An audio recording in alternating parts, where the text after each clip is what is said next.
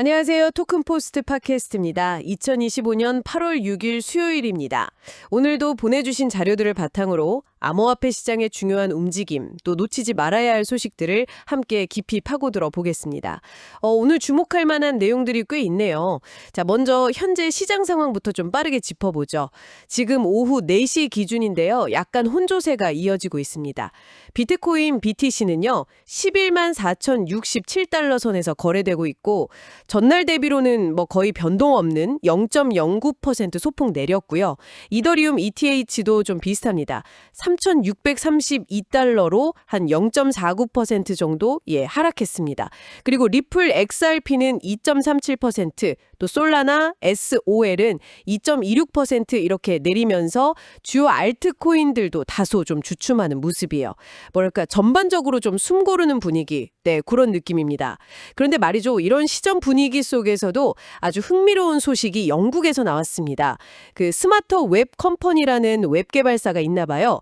여기가 무려 2,100만 달러, 우리 돈으로 하면 200억 원이 훌쩍 넘는 규모인데 비트코인 연동 전환사채라는 걸 발행했대요. 이게 영국 최초 사례라고 하니까 상당히 눈길이 가는데요. 이게 정확히 어떤 의미를 갖는 걸까요? 네, 이거 상당히 주목할 만한 사례죠. 단순히 영국 최초다 이런 상징성도 있겠지만요. 더 중요한 건 토발미란 데가 있어요. 디지털 자산 운용사인데 이 채권 전액을 인수했다는 점입니다.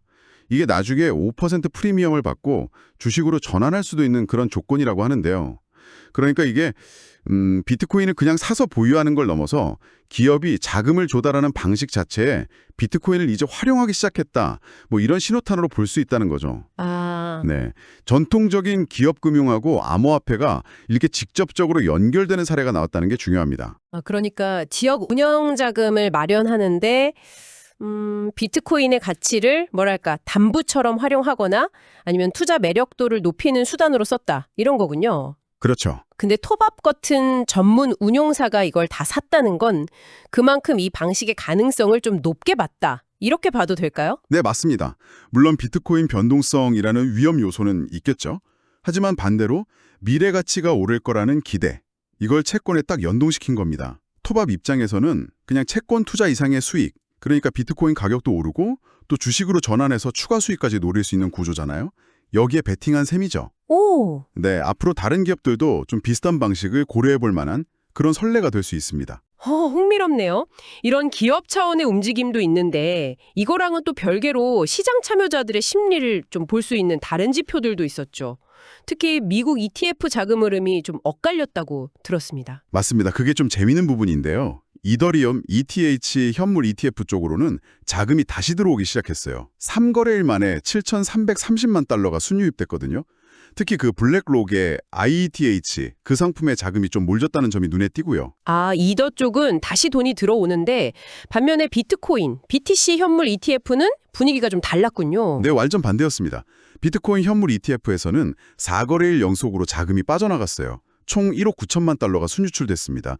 피델리티나 블랙록 같은 대형 운용사 상품에서도 자금이 나갔고 그레이스케일 GBTC 유출도 계속됐고요. 이걸 보면 단계적으로 투자자들이 비트코인이랑 이더리움 모멘텀을 좀 다르게 보고 있다. 이런 해석이 가능하죠. 왜 이렇게 차이가 날까요? 글쎄요. 여러 분석이 있긴 한데 최근에 이더리움 관련해서 좀 긍정적인 뉴스들이 있었잖아요. 그런 게 영향을 미쳤을 수도 있고요. 아하. 그리고 기관 투자자들의 개별적인 움직임도 포착됐다고요?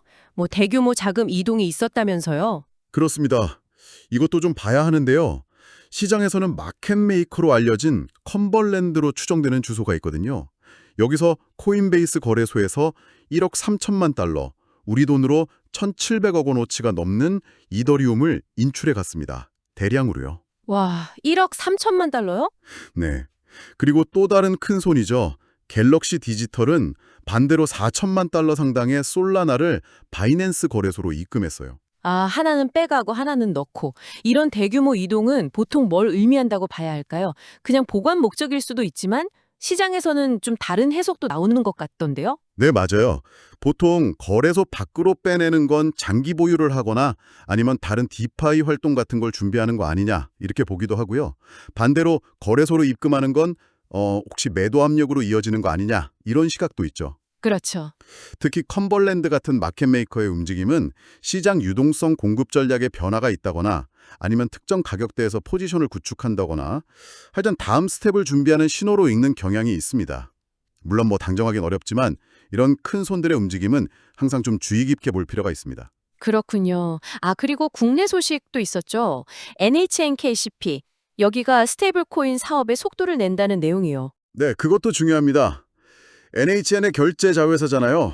NHNKCP가. 기존에 원화 기반 스테이블 코인 얘기가 있었는데 이번에는 미국 달러 기반 스테이블 코인 USDW 상표권까지 등록했습니다. 결제 기업이 직접 스테이블 코인 발행하고 활용하는데 되게 적극적으로 나서는 모습인데요. 아까 살펴본 영국 스마트 웹 컴퍼니 사례처럼 이것도 결국 블록체인 기술하고 암호화폐를 실제 비즈니스에 접목하려는 시도다.